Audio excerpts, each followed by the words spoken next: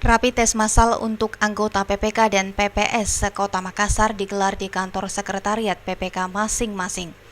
Di Kecamatan Tamalate, rapid test dilaksanakan di kantor Lurah Jongaya dan diikuti oleh 71 orang yang terdiri dari anggota PPK dan PPS serta staf sekretariat.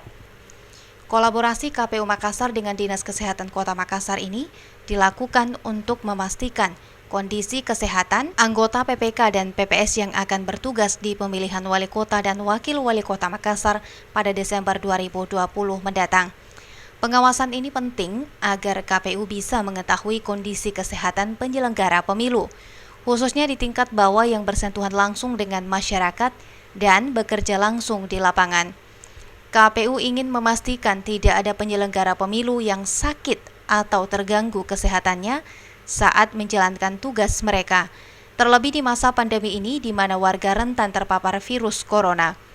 Dengan rapid test, KPU bisa mengetahui ada atau tidaknya penyelenggara pemilu yang berpotensi terpapar COVID-19. Jika ada hasil yang reaktif, KPU akan meminta yang bersangkutan untuk istirahat dan jika perlu diwajibkan melakukan tes swab.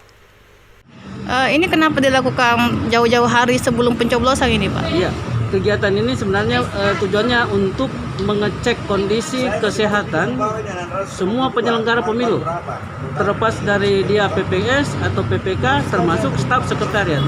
Tujuannya adalah lebih pada memastikan ke masyarakat bahwa penyelenggara siap menggelar pemilu tanggal 9 Desember dan ini kegiatan yang berkala dilakukan.